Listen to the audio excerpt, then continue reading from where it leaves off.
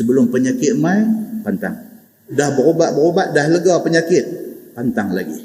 Ketahuilah saudaraku, adalah orang sakit itu sayogia, ia menurut cara aturan orang sakit. Dia nak abang kat kita, dia kata kalau sakit buat cara sakit. Mudah bahasa kita ni. Dia kata kalau sakit buat cara sakit. Kita ni kena tahu kita duduk tang mana lah. Kalau kita rasa kita ni banyak benda tak tahu, kita banyak lagi jahil duk ada kat kita. Buat cara tak tahu. Buat cara tak tahu maksud dia apa? Pergi mengaji. Kalau kita rasa kita ni tak cukup lapang hidup, tak cukup mewah rezeki, buat cara tak mewah. Kalau kita boleh letak diri kita pada kedudukan yang sepatutnya, tak ada masalah. Tapi bila sakit, dia buat kelaku macam orang sihat, dia lagi sakit lah. Bila kita bodoh, kita tunjuk kita pandai, jadi masalah lah. Bila kita miskin, kita nak belagak macam orang kaya, masalah. Jadi Islam ni dia main kat kita, dia habang cantik. Dia kata adalah orang sakit itu sayogia, ia menurut cara aturan orang sakit. Dia habang kat kita, kata kalau sakit buat cara sakit supaya kembali sehat badan kita. Bila kita tahu kita sakit, kita jaga benda-benda ni jangan sampai sakit melarat. InsyaAllah cepat sihat. Kerana badan yang tiada sempurna sihat itu payah mencapai dunia dan akhirat. Dia bila sakit ni, dunia pun tak boleh nak dapat terang mana, akhirat pun tak boleh nak dapat terang mana. Kalau sakit, atas dunia ni pun susah tuan-tuan. Sakit ni, dengan sakit ni, atas dunia ni pun susah nak bergerak. Bukan kata nak bergerak keluar rumah, nak pergi mana-mana. Nak bergerak dalam rumah pun susah dah kalau sakit. Nak buat hal yang boleh mendatangkan pahala akhirat pun susah. Orang duk main habang kat kita, jom kata ni bulan 12 ni, jom kita pergi umrah. Punya teringin ni Allah Ta'ala aja yang tahu. Punya teringin ni duit ada, masa ada, kesihatan tak ada. Nak pergi juga rasa macam takut menyusahkan orang, kesihatan tu. Mahalnya harga sihat ni, orang sakit je yang tahu. Mahalnya harga ibu, mak ni, orang yang tak ada mak aja tahu. Ada mak, kita buat lebih kurang, kita jerkah dia, kita lawan cakap dia, kita sakitkan hati dia, kita tunjuk macam-macam benda yang tak elok dekat dia. Bila tak ada dia, mai duduk dalam kuliah apakah satu ustaz manakah pandai duduk cerita pasal dosa terhadap ibu bapa ni, duduk dengar tu fikiran noh lepas pergi kat mak duduk dalam kubur 5 tahun dah. Duduk dengar ustaz ni, duduk abang ni pasal buat bakti kat mak ni, duduk dengar tu fikiran pergi teringat habis ni daripada zaman sekolah, mak bela macam mana, mak sayang macam mana, pengorbanan mak macam mana. Duduk dengar tu yang mata meleleh tak sedap. Mak tak ada dah. Masa ada itu hang tak tahu harga dia. Hari ni dia tak ada, hang tahu kata harga dia mahal sampai tak boleh bayar. Macam itulah sihat. Masa sihat ni kita tak tahu nak appreciate, tak tahu nak menghargai sihat yang Allah bagi kat kita. Allah bagi sakit, Allahu Akbar. Nak tui bangkit daripada katil, nak pergi pancung pun tak boleh kalau orang tak tolong. Nak tui bangkit ni, nak bangkit nak pergi pancung aja. Katil dengan pancung tu duduk nampak, nak pergi tak boleh, kenderaan tak ada, sakit. Dia tambah pula ajinomoto sikit lagi apa dia? Anak-anak pakai tahu belah. Tu gaji nama tu, yang tu cuka. Anak pakai tahu belah. Bergaduh anak-anak ni pasal tahu belah mak, tahu belah ayah. Bergaduh pula balik belakang dinding dapur ni. Kita duduk dengar. Hang tahu aku cuti habis dah. Bila jadi macam ni lepas mai kat aku. Bila jadi macam ni lepas mai kat aku. Ni duduk tegak balik tu. Mak duduk dengar. Yang mata darah. Muslimin dan muslimat yang dirahmati.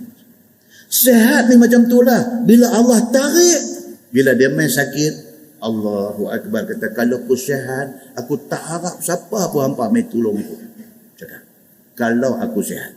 Adapun faedah dunia, iaitu menguruskan hal ahwal kehidupan. Tu yang kata sihat ni, faedah dia apa? Kita boleh buat sendiri. Hati dunia ni kita nak buat apa? Tak gaduh kacau orang.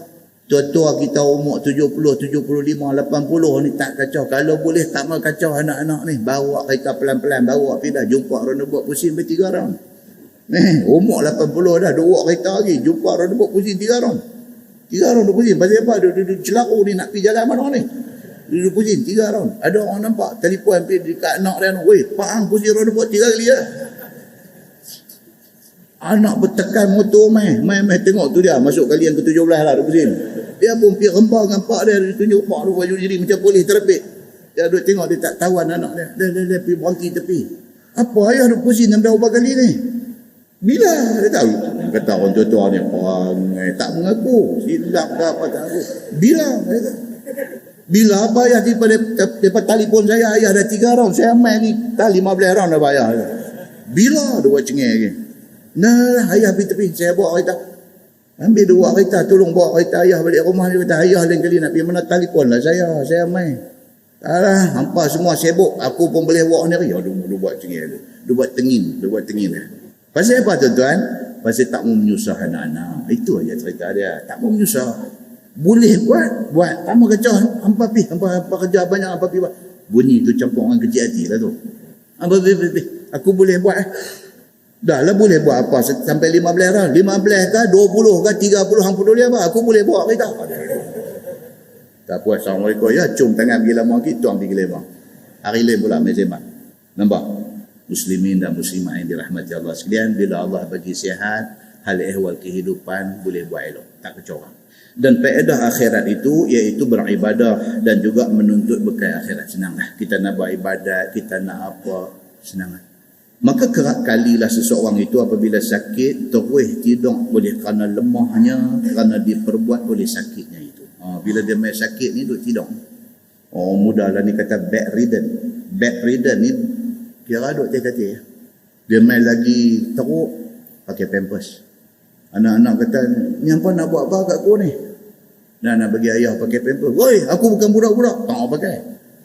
Murah kencing teh tilam tu tak tahulah tilam tu kau apa kali lah. Orang tua kencing.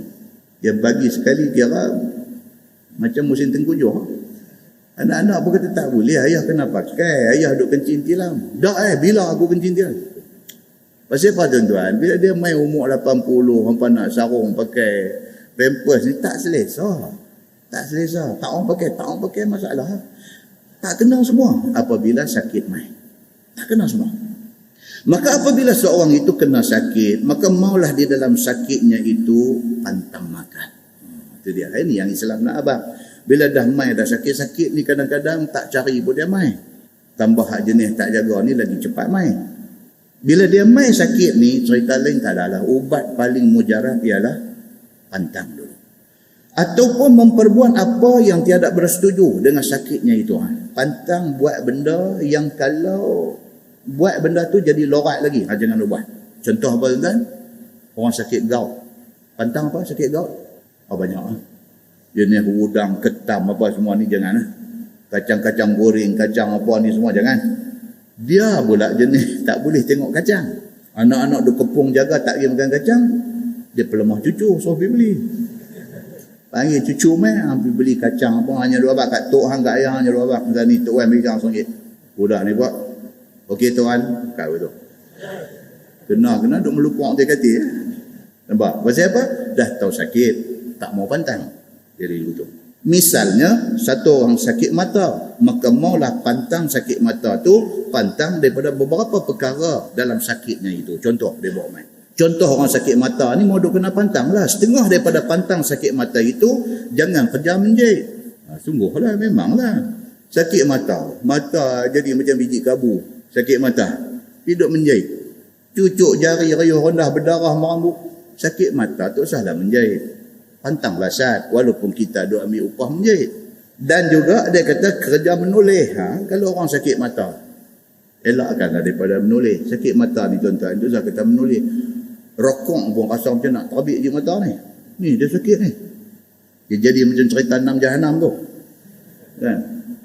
Piramli karate atas belakang botak tu jatuh je mata macam bola pingpong jatuh di tanah. Dia rasa macam mata nak terlucut macam tu bila sakit mata. Maka janganlah membaca di surat. Bila main sakit mata ni elaklah daripada pidu membaca, pidu apa ni. Dan jangan makan buah kurma kering. Yang ni. Sakit mata, pantang dia apa dia? Kurma kering. Tak boleh makan. Dan jangan makan cabai dan barang yang panas-panas. Sakit mata. Dia makan cabai. Pergi kena laksa apa. Kepala kedah. Teruk kecai. Kan? Kak, cai Melaka boleh lebih lagi mata macam biji kabu. Kak dia kata sakit mata lah. Kita betul tak boleh bukan cabai. Kau cakap banyak, saya kata buh. Mata punya biji kabur dia tengok orang.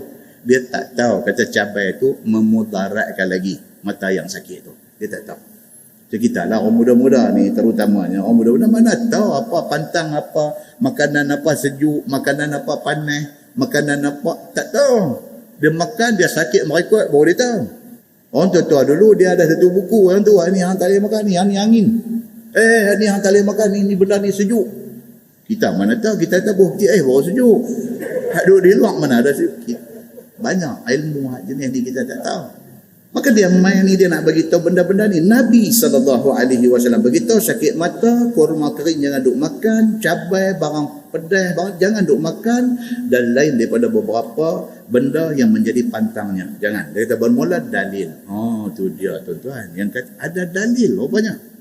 Bermula dalil yang menunjukkan harus pantang itu adalah hadis yang dikeluarkan oleh Imam At-Tirmizi. Kata dia an Qatadah bin An-Nu'man anna Rasulullah sallallahu alaihi wasallam qala, bahwasanya Nabi sallallahu alaihi wasallam bersabda, apabila kasih Allah akan seorang hambanya, maka dipelihara akan dia daripada fitnah dunia. Sebagaimana sentiasalah satu orang daripada sekalian kamu pantang orang sakit akan ayam. Allah kalau dia sayang kita, dia bagi kita ni jadi manusia yang pantang buat maksiat. Itu tanda Allah sayang kita. Bila kita jadi manusia yang tak ada selera dengan maksiat, halal ke maksiat ni kita tak ada selera, tak ada teringat nak pergi buat, tanda Allah sayang kita. Sebaliknya, kalau benda hak tak elok, hak benda nak jadi dosa ni kita jadi gelojoh nak pergi buat, tanda Allah tak sayang kita. Nabi SAW buat qiyah, dia kata apa? Allah jaga orang yang dia sayang ni, Allah pantangkan dia daripada benda maksiat ni, macam mana kita demam pantang kena ayah. Kan ada setengah doktor zaman dulu kan, dia ambil ubat kat dia bagi ubat dia pesan, ni jangan duk mandi. Jangan duk mandi, dia dah. Pasal tak boleh mandi pula ni, anak nak pergi sekolah. Mandi lambat baik, dia dah. Dia kata pantang kena ayah pasal demam, cari kena ayah sejuk lagi nak jadi karut demam ni. Pantang kena ayah. Kata At-Tirmizi, dan pada bab ini ada riwayat daripada Suhaib dan daripada Ummul Munzir, dan bermula hadis itu hasan lagi gharib.